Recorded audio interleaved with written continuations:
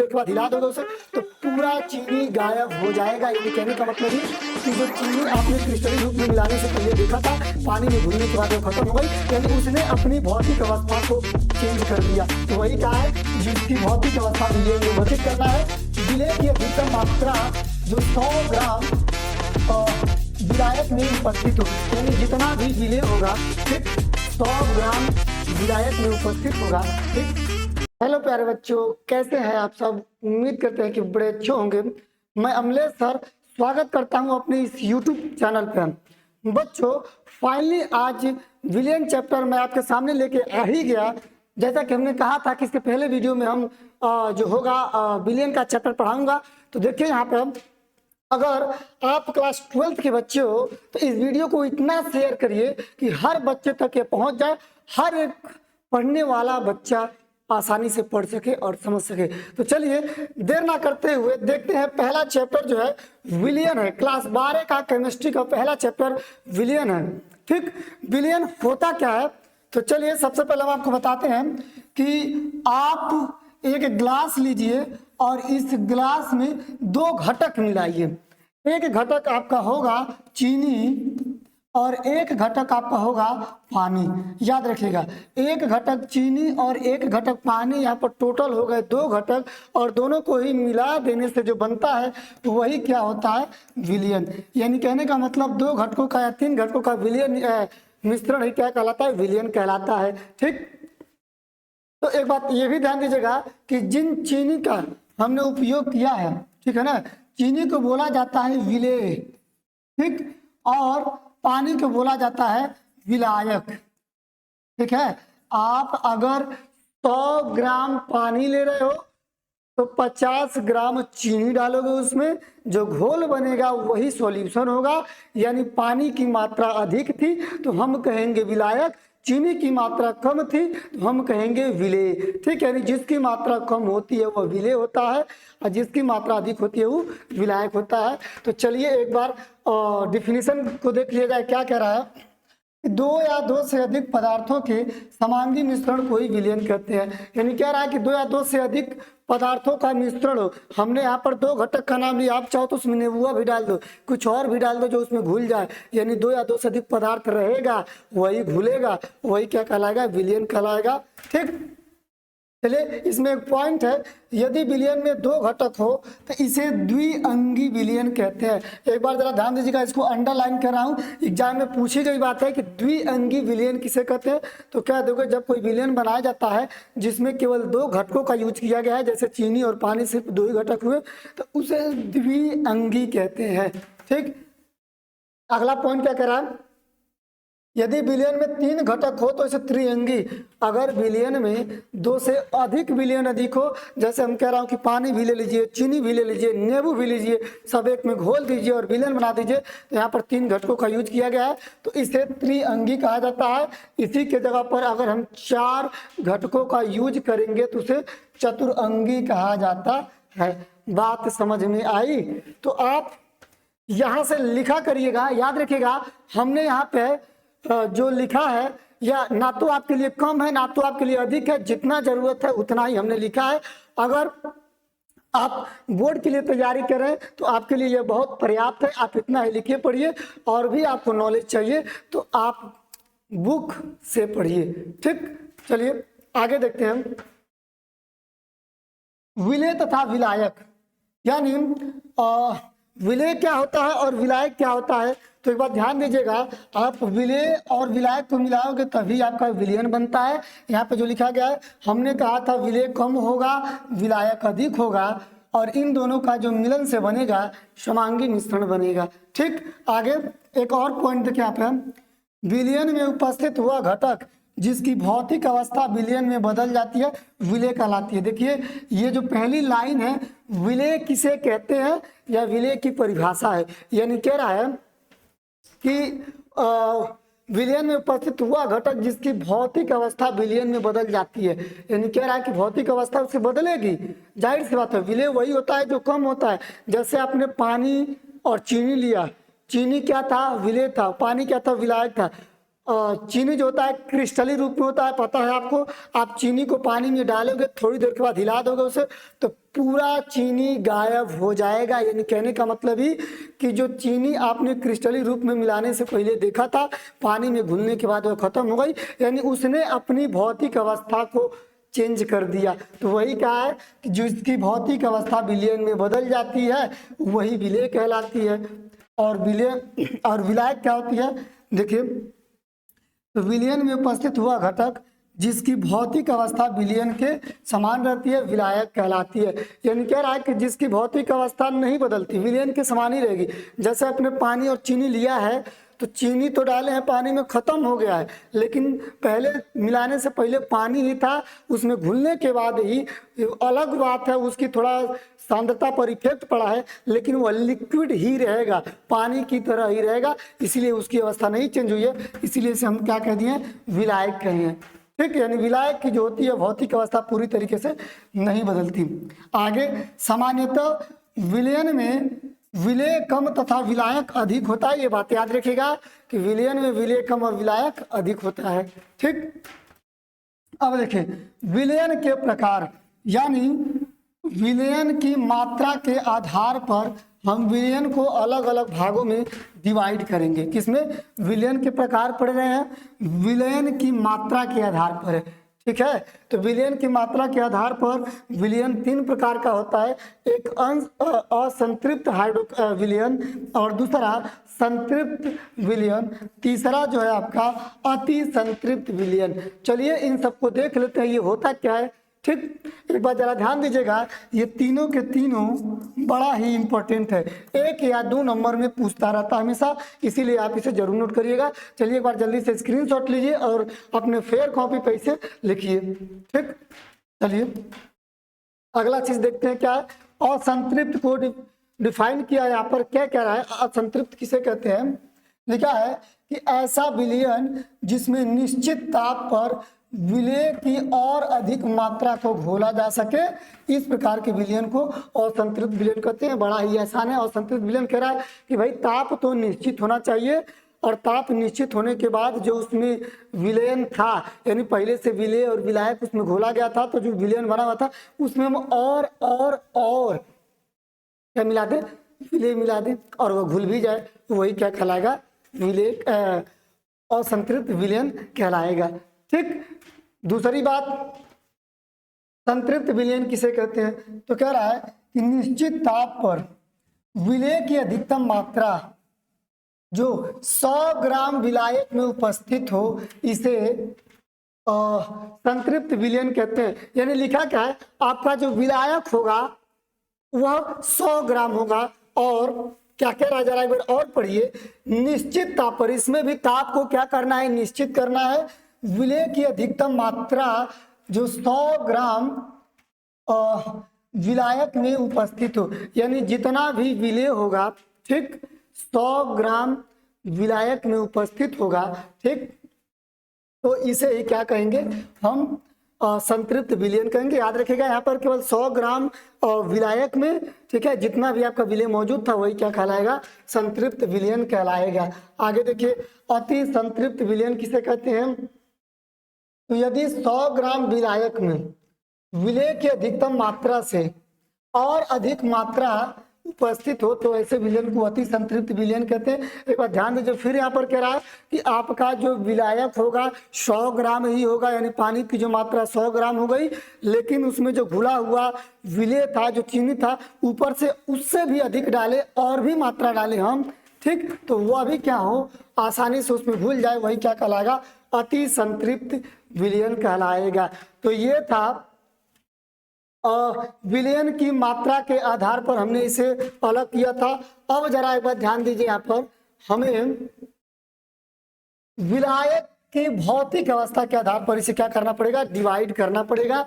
यहाँ पर वही है, विलयन का प्रकार ही है, वहाँ पर कुछ और था, और यहाँ पर हमें भौतिक अवस्था के आधार पर इसे अलग करना है। तो चलिए एक बार चार्ट में ध्यान दीजिए कि सबसे पहली बात हमें भौतिक अवस्था पर देखनी पड़ेगी, यानी ठोस, द्रव, गैस, तीनों अवस्थाओं में चेक करनी पड़ेगी कब से क्या कब होता है इसमें। तो चलिए एक तरफ देखिए हमने विलयन लिखा है, एक तरफ विलय एक तरफ विलायक और एक तरफ इसका उदाहरण लिखा हुआ है।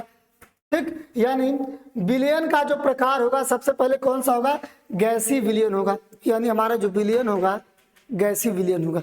अब गैसीय विलयन में कौन विलय कौन विलायक, तो यहाँ पर देखिए कहाँ गई है, गैसीय विलयन में जो विलय होगा वह ठोस होगा और जो विलायक होगा वह क्या होगा, गैस होगा।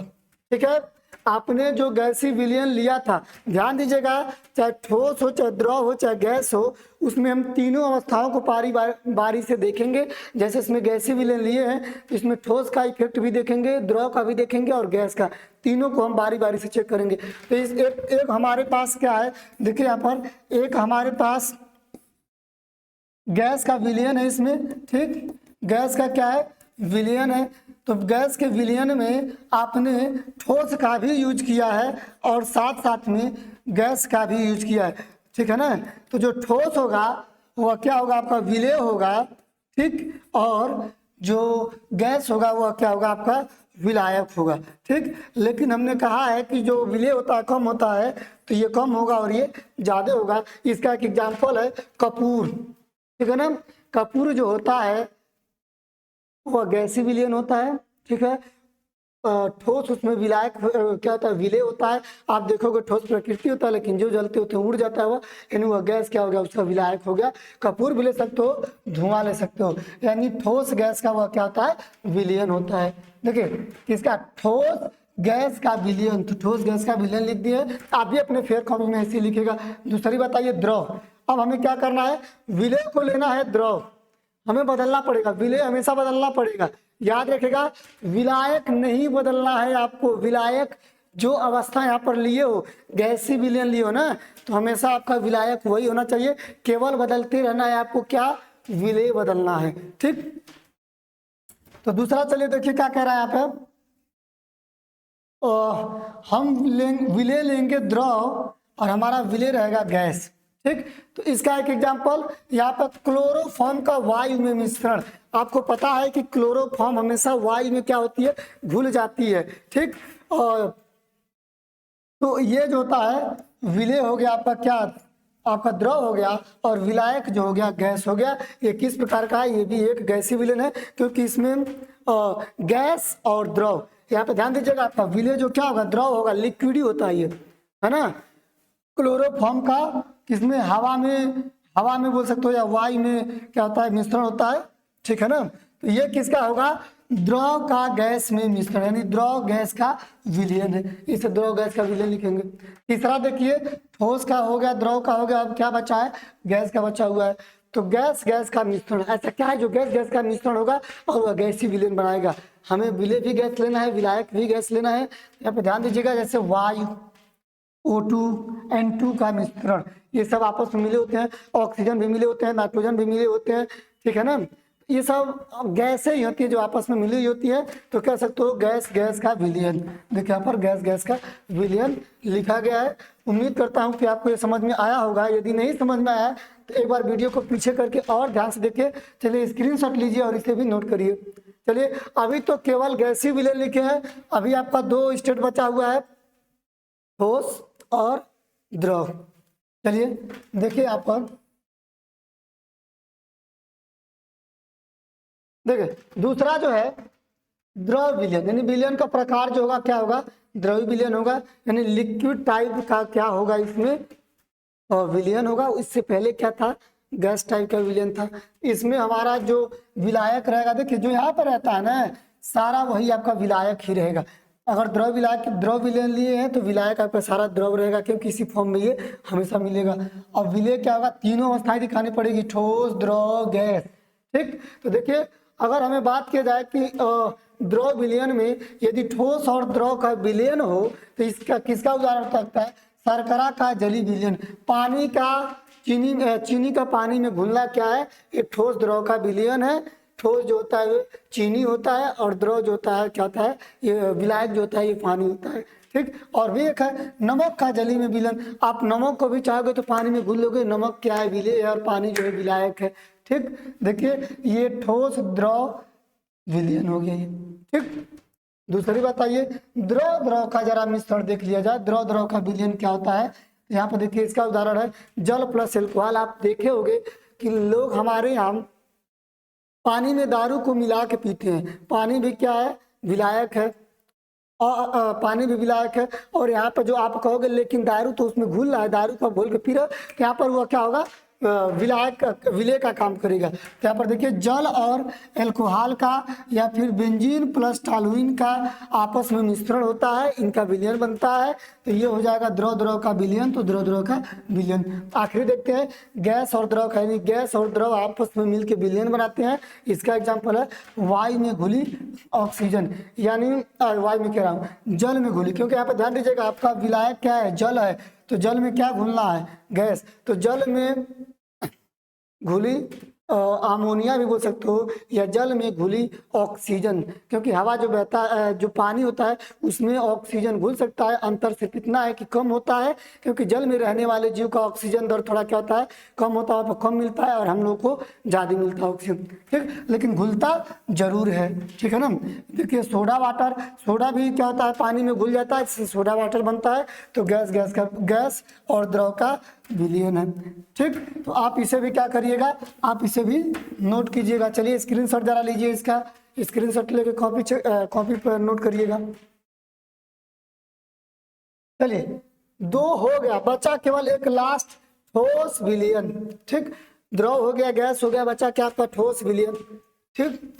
इसमें आपका ध्यान दीजिएगा, जो विलायक लेंगे सबके सब ठोस होना चाहिए, और जो विलय लेंगे ये तीनों अवस्था में होनी चाहिए। तो सबसे पहले ठोस, जो विलय होगा आपका ठोस होगा, और जो विलायक होगा आपका ये भी ठोस।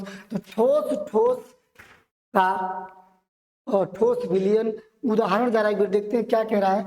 देखिए मिश्र धातु, जैसे पीतल प्लस जिंक मिलाते हैं, देखिए पीतल दिया है और जिंक दिया है ये, और कांसा बनाने के लिए आपको कॉपर और स्टेनलेस मिलाना पड़ता है, वैसे ही पीतल और जिंक बनाने के लिए हमें मिश्र धातु बनाना पड़ता है, ठीक। तो यहाँ पर कहीं ना कहीं ये दोनों ठोस ही होती है, आपस में मिलके ठोस विलयन बनाती है, ठीक।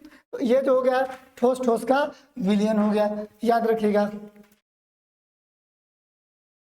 आगे यदि द्रव लें और ठोस लें, इनका विलयन बनाएं, तो क्या इसका उदाहरण क्या होगा।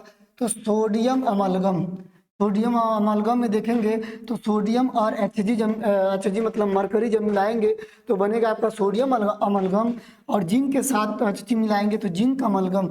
ये द्रव ठोस का विलयन है, ठीक है ना, जिसमें से एक द्रव होता है और एक ठोस होता है, ठीक। आगे देखिए क्या लिखा है, अगर गैस ठोस का विलयन हमको लेना हो, यानी गैस ठोस का विलयन, तो आप PD द्वारा H2 की क्या कर सकते हो, अवशोषण, यानी गैस ठोस का यह क्या होगा, विलयन। आपको पता होगा ये गैस ठोस का विलयन है, और ये द्रव ठोस का विलयन है, और ये ठोस का विलयन है। तो इसे भी अपने कॉपी पर नोट करिए, स्क्रीनशॉट लीजिए। चलिए अब अगला चीज देखते हैं क्या कह रहा है। देखिए विलयनों की सांद्रता व्यक्त करना। अब हम जो विलयन होगा उसकी सांद्रता कैसे व्यक्त करेंगे, उसमें मौजूद विलय और विलायक जितना भी घटक होगा किस चीज से दर्शाएंगे, यही सारी चीजें यहाँ पर लिखी गई है। लिखा है विलायक के निश्चित मात्रा में घुली हुई विलय की मात्रा को विलयन की सांद्रता कहते हैं। यानी क्या रहा है कि विलायक के निश्चित मात्रा में घुली हुई विलय की मात्रा को क्या कहते हैं, विलयन की सांद्रता कहते हैं। किसी विलयन के संगठन को उसी सांद्रता से व्यक्त किया जाता है। किसी विलयन की सांद्रता को मात्रात्मक रूप से व्यक्त किया जा सकता है या किया जाता है। देखिए हमने यहाँ पर एक संकेत लिखे हैं, यह संकेत क्या है कि अगर ये आपका ये ग्लास है या फिर बीकर है, जो भी ले लीजिए, इसमें पानी चीनी जो भी मिलाए हैं, पानी मिलाए हैं और क्या मिलाए हैं, इसमें जो आप चीनी मिलाए हैं, तो चीनी विलय है, तो विलय को किससे दिखाएंगे और विलायक को किससे दिखाएंगे। तो यहाँ पर देखिए कैपिटल A से दिखाया जाता है विलायक को, ठीक। जो सॉल्वेंट होता है आप इसको दिखाओगे ए से, जो विलेय है उसको दिखाओगे आप वी से, यानी इसमें जो चीनी है आप उसको दिखाओगे कैपिटल वी से, और जो पानी है उसको दिखाओगे कैपिटल ए से। ये विलेय के लिए यूज हुआ है और ये विलायक के लिए यूज हुआ है।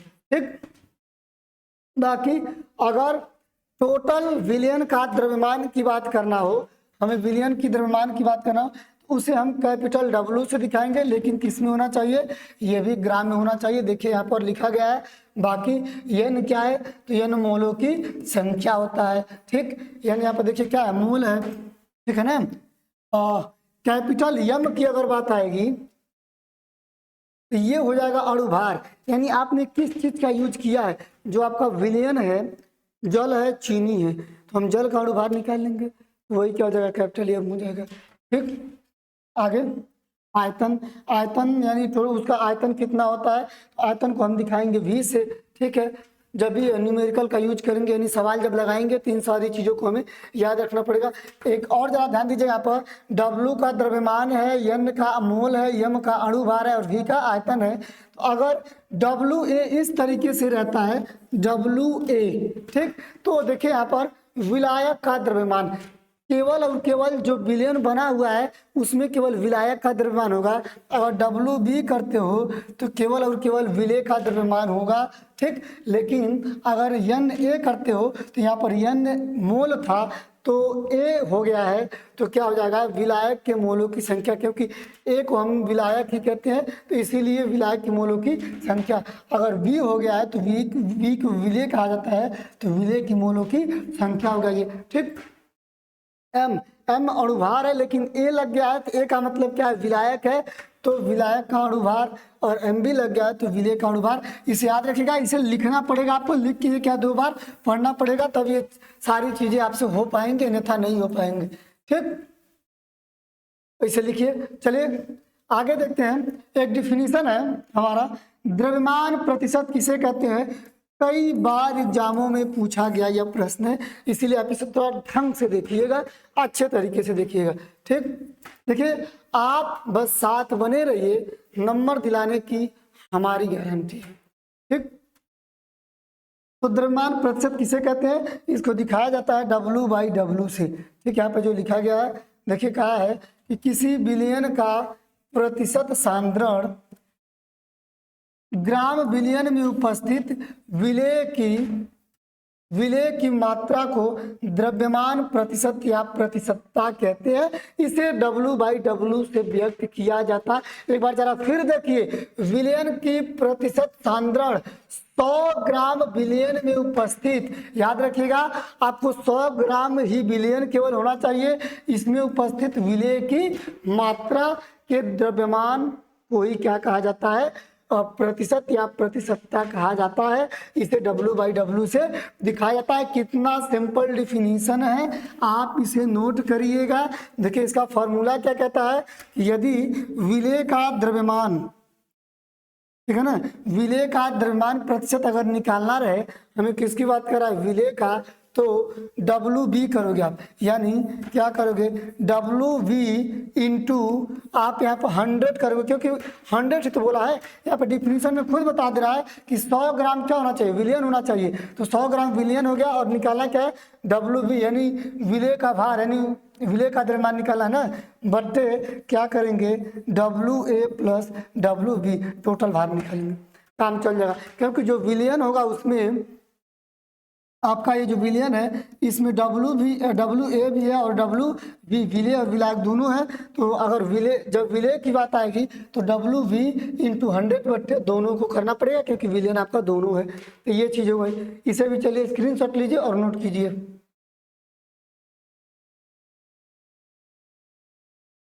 चलिए आगे देखते हैं क्या कह रहा है। अगर इसे सरलतम रूप में हम लिखे तो एक बात ध्यान दीजिएगा, इससे पहले जो था आपका क्या था, देखिए ये था, ठीक, इसके बाद जो है अगला है ये रहा आपका। अगर वो तो किसके लिए था, विलेय के लिए था, लेकिन अगर हम बात करें किसकी, विलायक की बात करें, तो विलायक का द्रव्यमान, प्रतिशत, विलायक को ए से दिखाया जाता है। तो आपको करना क्या है, आपको ये करना है W V इंटू 100 बट्टे क्या करना है, W A को बस पहले ला देना है, WA प्लस W, कोई दिक्कत नहीं, आप लिख सकते हैं। या फिर आपको इच्छा करे तो आप ये भी कर दीजिए, इसमें आप WV के जगह पर क्या करिए, किसके लिए पूछ रहा है, ए के लिए पूछ रहा है यहाँ पे ना, ए के लिए पूछ रहा है तो आप इस बी के जगह पर क्या लिखिए, ए लिख दीजिए, इंटू टोटल का 100 ही रहेगा और बाकी टोटल WA प्लस WB ही रहेगा। यानी विलायक और विलेय का दोनों का द्रव्यमान प्रतिशत हो गया, और ये केवल किसके लिए होता है, ये विलायक के लिए होता है। ठीक, तो ये हो गया ये।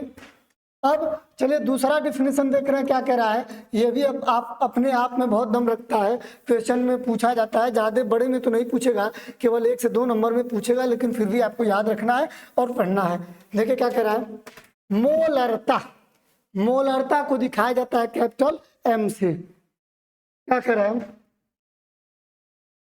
लीटर बिलियन में उपस्थित, यहाँ पर देखिए क्या लिखा है, लीटर बिलियन में उपस्थित विलेय की मोलों की संख्या को, 1 लीटर बिलियन में उपस्थित, बिलियन क्या है आपका 1 लीटर, 1 लीटर का मतलब 1000 ml कहिए, ठीक है ना, 1000 ग्राम भी कह दीजिए, कोई दिक्कत नहीं होगी। तो वही कह रहा है कि 1 लीटर बिलियन में उपस्थित विलेय की मोलों की संख्या को, यानी अगर आपका 1 लीटर क्या है विलियन है, तो उसमें जो क्या होगा, उसमें जो विलेय होगा, ठीक है ना, तो विलेय के मोलों की संख्या को ही आप क्या कहोगे, विलियन की मोलरता कहा जाता है। कितना आसान डिफिनीशन है ये, इसे कैपिटल M से प्रदर्शित करते हैं। फॉर्मूला होता क्या है, मोलरता इक्वल टू विलेय की मोलों की संख्या। यहाँ पर मोलों की संख्या को हमने कहा था आप दिखा सकते हो N से, ठीक, यानी मोलों की संख्या को N से दिखाया जाता है, लेकिन पूछा क्या विलेय को दिखाओगे आप V से अपान विलियन का लीटर में आयतन, यानी आपको यहाँ पर V लिखना है, लेकिन ये किस में होना चाहिए, यह लीटर में होना चाहिए। ठीक, यही आपका M इक्वल टू मिलेगा। देखिए यहाँ पर टाइप भी किया गया है, यानी M इक्वल टू ये होगा विलेय की मोलों की संख्या बट्टे V इन लीटर, यानी विलियन का लीटर आयतन में होना चाहिए। एक बार जरा ध्यान दीजिए, अगर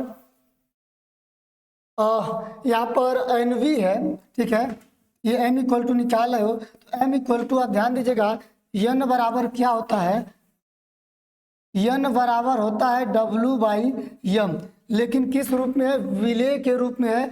तो यहाँ विलेय लिखोगे तो ये भी विलेय के रूप में होगा, बस आप इसी को उठा के यहाँ पर रख दीजिए। यानी देखिए आप एक लाइन पहले लिख दीजिएगा कि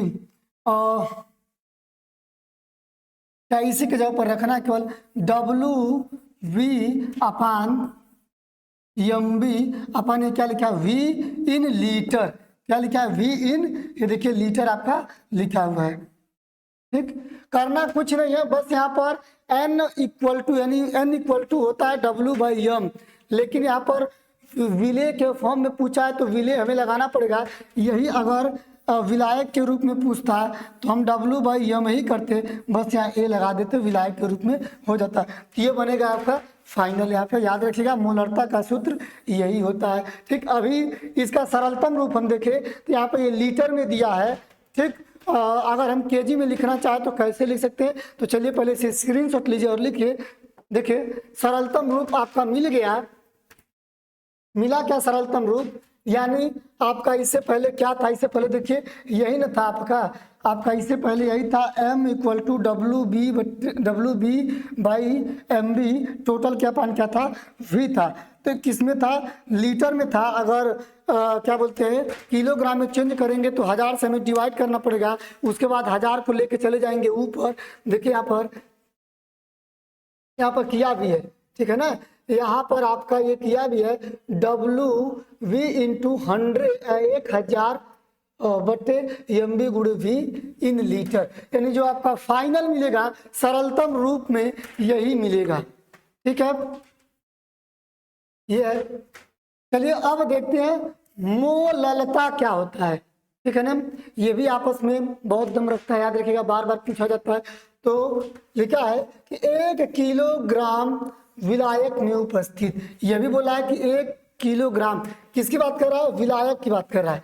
यानी जो विलायक होगा 1 किलोग्राम होगा, उसी में उपस्थित विलेय की मोलों की संख्या को विलयन की मोलरता कहते हैं। जो 1 किलोग्राम विलायक होगा उसमें जो विलेय होगा उसकी मोलों की संख्या को ही हम क्या कहेंगे, मोललता कहते हैं। मोललता को स्मॉल m से प्रदर्शित करते हैं। अगर उसको कैपिटल M से प्रदर्शित किए थे तो इसको स्मॉल m से प्रदर्शित करेंगे। देखिए मोललता बराबर क्या होगा, विलेय की मोलों की संख्या, यानी स्मॉल m इक्वल टू विलेय की मोलों की संख्या। मोलों की संख्या से n से दिखाते हैं, और विलेय की बात किया तो v अपान क्या लिखा है, विलायक का केजी में द्रव्यमान। विलायक का यानी WA होगा, यही तो विलायक है। द्रव्यमान को W से दिखाते हैं, किसमें, केजी में। देखिए यहाँ पर लिख दिया है इन केजी, केजी में हमेशा द्रव्यमान दिखाना आपको। अब फिर आपको वही सारी चीजें करनी है यहाँ पे।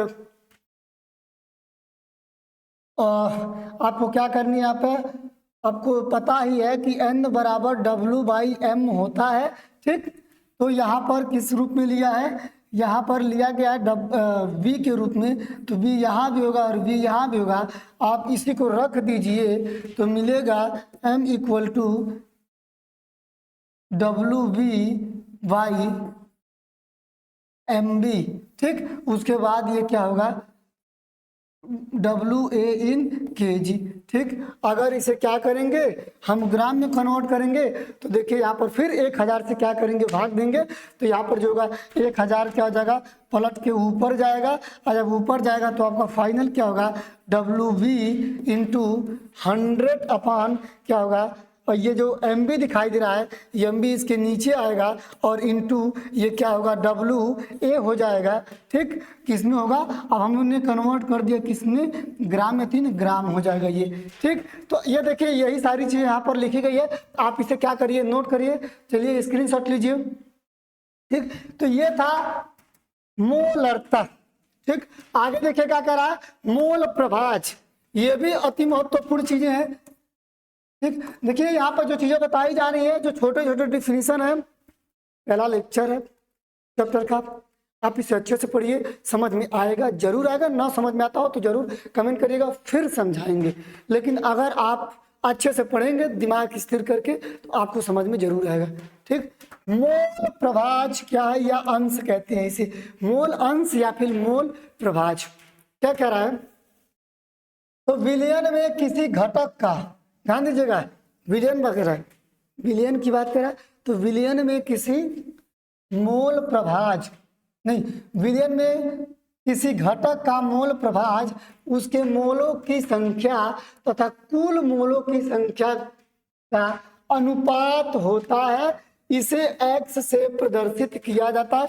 याद रखिएगा जो मोल अंश होता है इसे हम x से प्रदर्शित करते हैं। एक बार जरा ध्यान दीजिए क्या कह रहा है कि इसमें जो होना चाहिए किसी घटक का मोल प्रभाज, ठीक है ना, किसी घटक का क्या होना चाहिए, मोल प्रभाज, यानी जो विलेय और विलायक है उसमें हम चेक करेंगे कि विलेय का मोल कितना है। तो वही कह रहा है कि घटक का मोल प्रभाज उसके मोलों की संख्या तथा कुल मोलों की संख्या का अनुपात होता है, और जो विलेय होगा, जो विलायक होगा, मोलों की संख्या के अनुपात के बराबर होगा, या फिर क्या होता है, अनुपात होता है, इसे x से प्रदर्शित किया जाता है। चलिए जरा फॉर्मूला देखिए क्या कह रहा है। फॉर्मूला कह रहा है कि घटक का मोल अंश बराबर घटक के मोलों की संख्या, यानी घटक के मोलों की संख्या को दिखाओगे आप n से, उसके बाद क्या कह रहा है, घटकों के कुल मोलों की संख्या। अब एक बार ध्यान दीजिए, जो विलयन था उसमें विलेय और विलायक ही तो था, तो टोटल को लेंगे तो n प्लस n होगा, लेकिन विलेय और विलायक, ये विलायक और विलेय ये दोनों क्या होता है, टोटल होता है। ये देखिए घटक के मोलों की संख्या n हो गया, घटकों के कुल मोलों की संख्या ये दोनों हो गई, ठीक। तो वही कह रहा है कि x इक्वल टू, इसकी x से दिखाते हैं इसको, x equal to n/n plus nb। अगर घटक विलेय का मोल अंश देखा जाए, ठीक है ना, अगर हम क्या करें, विलेय का मोल अंश की केवल बात करें तो क्या होगा, देखिए यहाँ पर विलेय का मोल अंश की बात करें तो विलेय घटक की, देखिए यहाँ पर लिखा है विलेय घटक के मोलों की संख्या, यानी ध्यान दीजिएगा आपने अंश यानी मोल अंश को लिखा है एक्स से, तो क्या कह रहा है विलेय का मोल अंश। तो यहाँ पर विलेय को दिखा तो वी से, ठीक, क्या कह रहा है विलेय घटक की मोलों की संख्या, यानी मोलों की संख्या n हो गई और विलेय है तो v कह दोगे अपान कुल मोलों के घटकों की संख्या। मोलों की संख्या टोटल लिखनी है तो ये a हो जाएगा और v हो जाएगा, क्योंकि a और b पता है आपको दोनों विलेय और विलायक होते हैं, तो टोटल लेना है। तो ये हो गया किसके लिए, विलेय के लिए, ठीक। अब अगर विलायक के लिए करें तो आप तुरंत क्या करोगे, जहां एक्स ए लिखा है यहीं पर क्या करोगे, जहां एक्स वी लिखा है वहीं आपको लिख देना है एक्स ए। तो टोटल क्या था, विलेय घटक की मोलों की संख्या, तो वहां पर विलायक घटक की मोलों की संख्या, यानी एन ए करना पड़ेगा। ऊपर यहाँ पर बी था तो यहाँ पर एन ए करना पड़ेगा, क्योंकि विलायक के लिए पूछ रहा है। उसके बाद कुल मोलों की संख्या यानी n a plus n b, ठीक। यही देखिए यहाँ पर टाइप किया गया है विलायक के लिए, तो x a equal to n a by n a plus n b. आप इसे भी स्क्रीनशॉट लीजिए, स्क्रीनशॉट लेके तैयार करिए, ठीक। तो दोस्तों आज के लिए बस इतना ही रहने दे रहे हैं। आप यहाँ तक अपने फेयर कॉपी में लिखिए और इसे अच्छे से तैयार करिए। मिलेंगे अगले लेक्चर में। जितना ज़्यादा हो सके इस वीडियो को शेयर करिए, और वीडियो अच्छा लगा हो तो भी, नो अच्छा लगा हो तो भी इसे लाइक जरूर करिए। जो नो समझ में आए कमेंट जरूर करिए। इसके आगे का लेक्चर जो है अब कल लेके आऊँगा। मिलते हैं अब अगले वीडियो में, तब तक के लिए धन्यवाद।